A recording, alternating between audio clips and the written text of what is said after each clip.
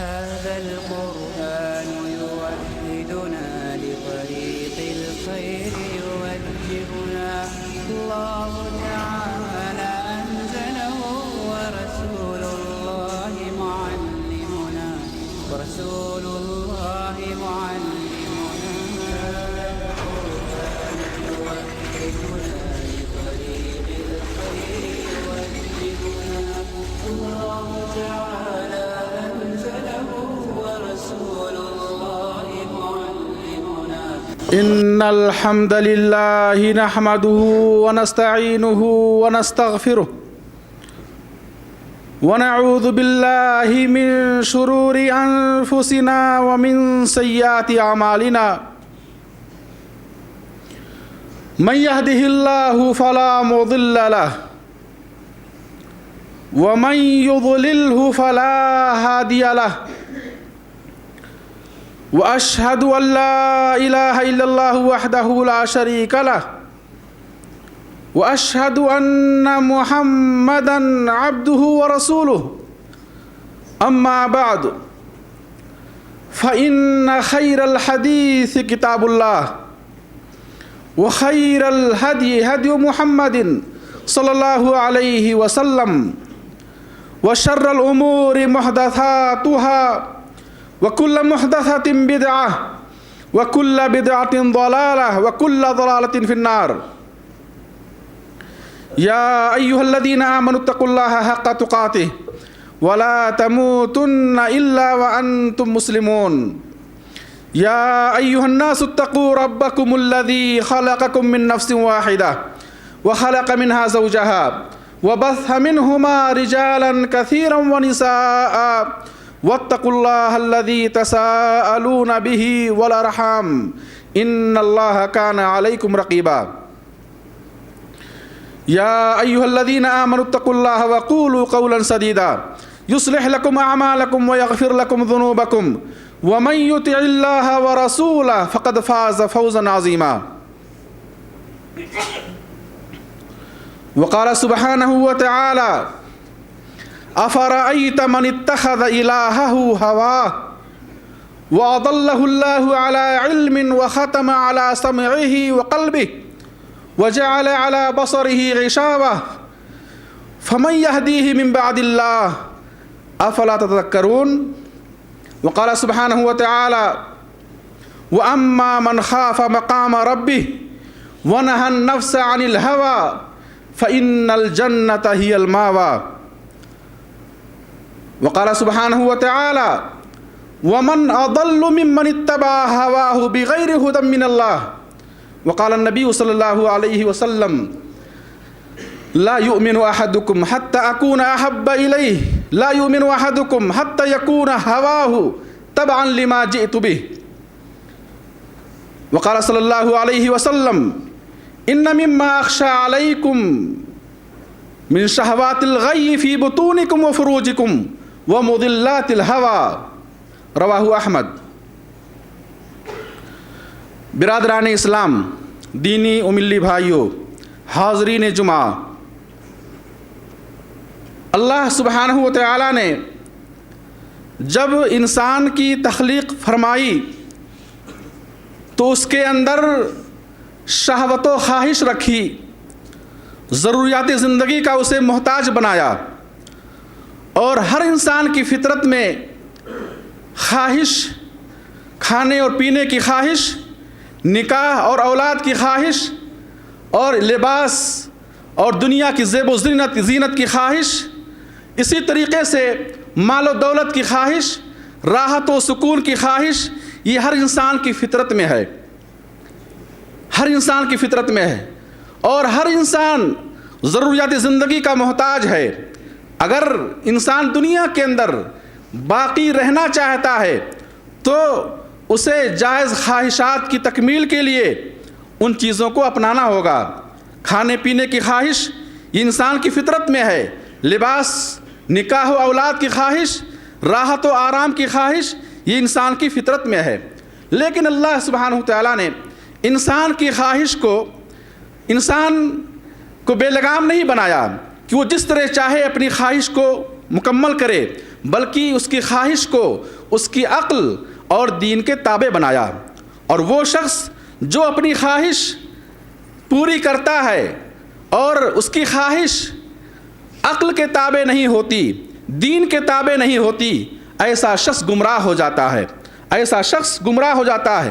اگر عقل اور خواہش دونوں اکٹھا ہوں اور عقل انسان کی خواہش پر غالب رہے، دین انسان کی خواہش پر غالب رہے، تو ایسا شخص کامیاب رہے گا۔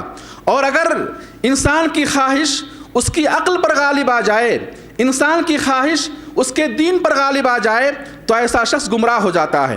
اور قرآن کریم میں اللہ سبحانہ وتعالیٰ نے اسی نفسانی خواہش کو، نفسانی خواہشات کو مختلف آیتوں میں بیان فرمایا، اور ساری آیتوں میں اللہ سبحانہ وتعالیٰ نے نفسانی خواہشات کی مذمت فرمائی ہے کہ نفسانی خواہشات اگر یہ عقل سے دور ہو جائے، اگر یہ دین سے دور ہو جائے، تو اس کے اندر سراسر کیا گمراہی۔ اور قرآن کریم میں اللہ فرماتے ہیں وَمَنْ أَضَلُّ مِمَّنِ اتَّبَعَ الْهَوَىٰ بِغَيْرِ هُدًى مِّنَ اللَّهِ۔ اللہ فرماتے ہیں کہ اس شخص سے بڑا گمراہ کون ہے جس نے اپنی خواہش کی اتباع اور پیروی کی بغیر ہدی من اللہ، دین کے بغیر اس نے اپنی خواہش کو دین کے ساتھ نہیں رکھا، بلکہ دین کو چھوڑ کر، اللہ کی ہدایت کو چھوڑ کر جس نے اپنی خواہش کی اتباع اور پیروی کی، ایسے شخص سے بڑا گمراہ کوئی نہیں ہو سکتا۔ وَمَنْ أَضَلُّ مِمَّنِ اتَّبَعَ هَوَاهُ بِغَيْرِ هُدًى مِّنَ اللَّهِ۔ اس شخص سے بڑا گمراہ کون ہے جس نے اپنی خواہش کی اتباع اور پیروی کی بغیر ہدی من اللہ، اور اس نے اپنی خواہش کو اللہ کی اتاری ہوئی شریعت، اللہ کے اتارے ہوئے دین کے مطابق نہیں رکھا، بلکہ حدود سے آگے بڑھ کر اس نے خواہشات کی اتباع اور پیروی کی، دین کی اتباع اور پیروی نہیں کی، عقل کو خواہش کے ساتھ نہیں ملایا، اور عقل کو خواہش کے تابع اپنی خواہش کو عقل کے تابع نہیں رکھا، ایسے شخص سے بڑا گمراہ کوئی نہیں ہے۔ قرآن کریم میں اللہ سبحانہ وتعالیٰ نے نبی کریم صلی اللہ علیہ وسلم کو حکم دیا ثم جعلناک علی شریعۃ من الامر فاتبعها ولا تتبع اهواء الذین لا يعلمون۔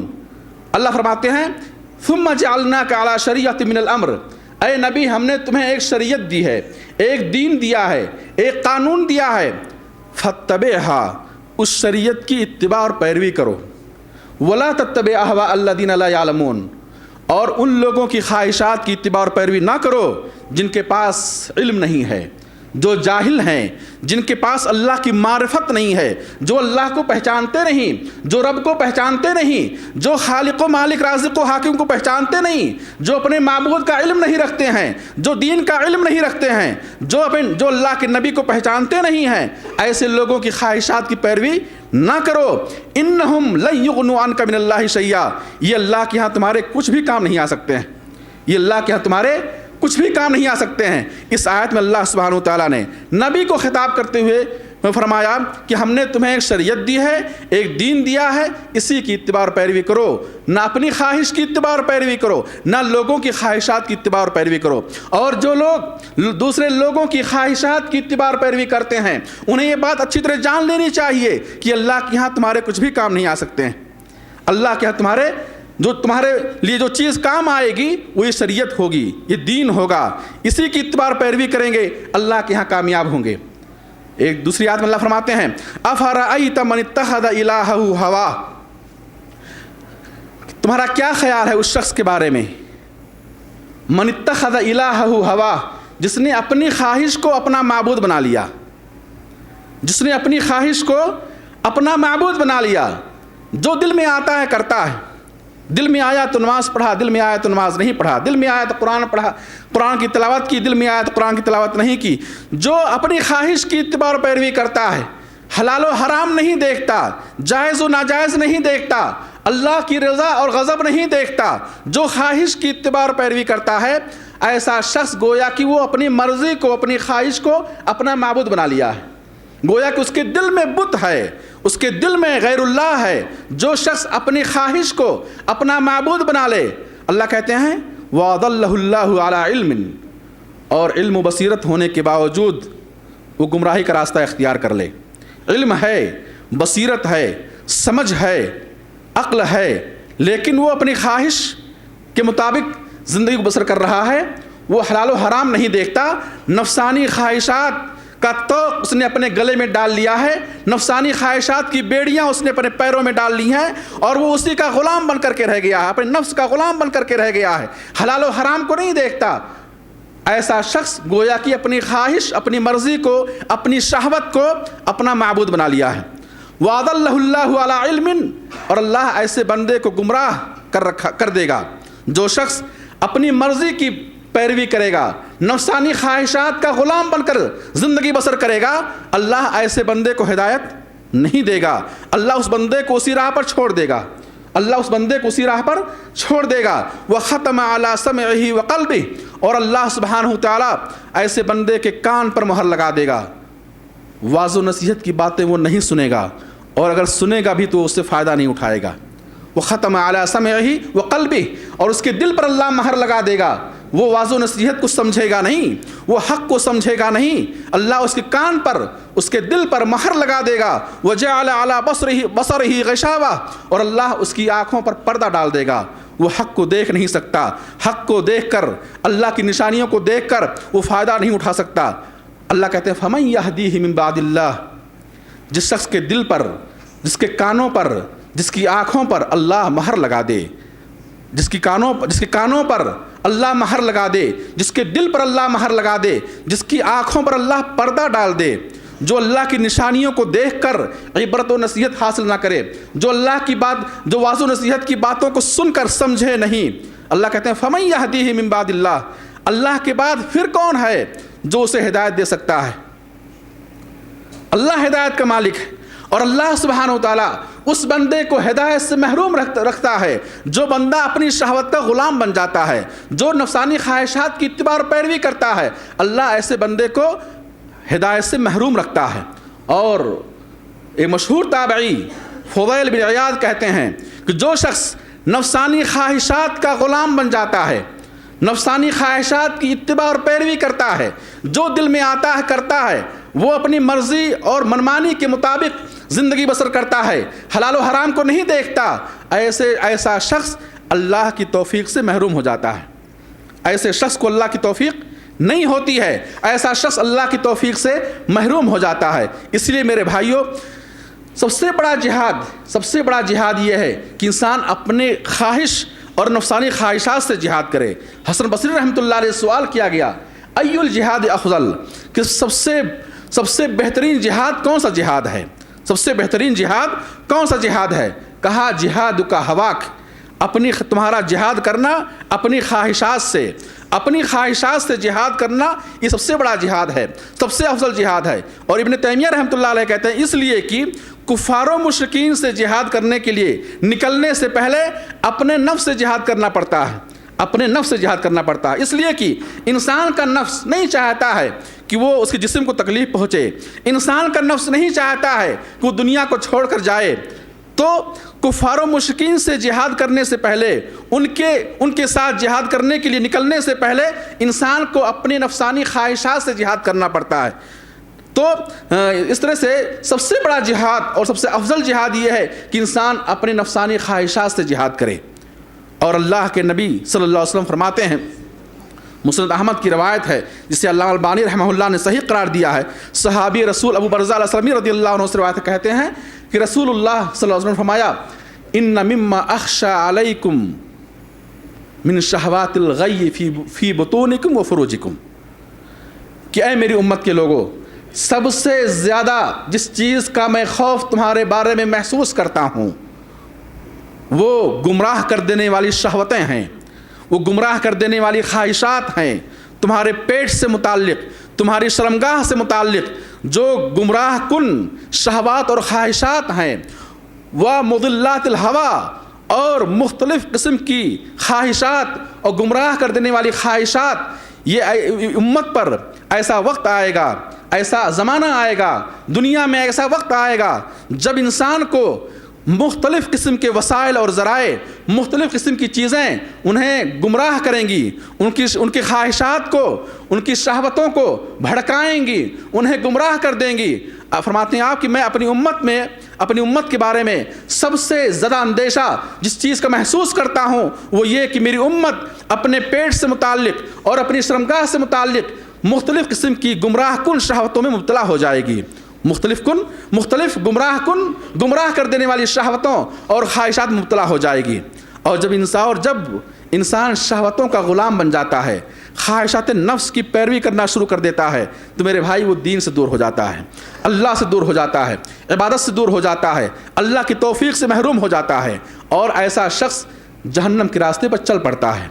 حدیث ہے صحیح بخاری صحیح مسلم کی حدیث، آپ فرماتے ہیں حفت الجنت بالمکارہ، جنت گھیر دی گئی ہے تکالیف سے، وحفت النار بالشہوات، اور جہنم گھیر دی گئی ہے شہوات سے، غلط خواہشات سے جہنم گھیر دی گئی ہے، جہنم گھیر دی گئی ہے شہوات سے۔ اور اس تعلق سے سنن ترمذی کے اندر صحابی رسول ابو ہریرہ رضی اللہ عنہ سے روایت ہے، جسے امام ترمذی رحمۃ اللہ نے حسن صحیح قرار دیا ہے، صحیح سند سے حدیث ہے کہ اللہ سبحانہ وتعالیٰ نے جب جنت کی تخلیق فرمائی، جنت کو پیدا فرمایا، تو جبرائیل علیہ السلام سے کہا جاؤ جنت اور اہل جنت کے لیے جو نعمتیں میں نے پیدا کی ہیں انہیں دیکھ کر آؤ۔ چنانچہ جب جبرائیل علیہ السلام جنت کو دیکھتے ہیں، جنت کی نعمتوں کو دیکھتے ہیں، تو آ کر اللہ سے عرض کرتے ہیں اے اللہ جس شخص کو جنت کا علم ہوگا وہ کبھی بھی وہ ہرگز جنت سے اپنے آپ کو محروم نہیں رکھے گا۔ جس شخص کو جنت کا علم ہو جائے گا، جنت کی نعمتوں کا علم ہو جائے گا، وہ ہرگز اپنے آپ کو جنت سے محروم نہیں کرے گا، وہ جنت کو ضرور حاصل کرے گا۔ پھر اللہ سبحانہ وتعالیٰ نے حکم دیا کہ جنت کو ناگوار چیزوں سے گھیر دیا جائے، چنانچہ اللہ کے حکم کے مطابق جنت کو ناگوار چیزوں سے، مشکلات اور دشواریوں سے گھیر دیا گیا۔ پھر اللہ نے جبرائیل علیہ السلام کو حکم دیا کہ جاؤ جنت دیکھ کر آؤ۔ چنانچہ جبرائیل علیہ السلام جب وہاں گئے اور جنت کے ارد گرد جب انہوں نے دشواریاں دیکھیں، مشکلات دیکھیں، پریشانیاں دیکھیں، اور اللہ کی بارگاہ میں دوبارہ حاضر ہوئے، کہا اے اللہ جنت کوئی حاصل نہیں کر سکے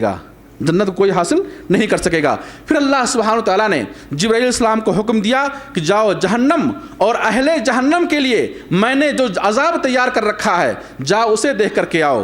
چنانچہ جبرائیل علیہ السلام جہنم کو دیکھنے کے لیے گئے، اور جب جہنم کے عذاب کو دیکھا تو واپس ہوئے اور کہا اے اللہ جو شخص جہنم کے بارے میں جان لے گا وہ ہرگز جہنم میں داخل نہیں ہوگا، ایسا کوئی کام نہیں کرے گا جس کی وجہ سے وہ جہنم میں جائے۔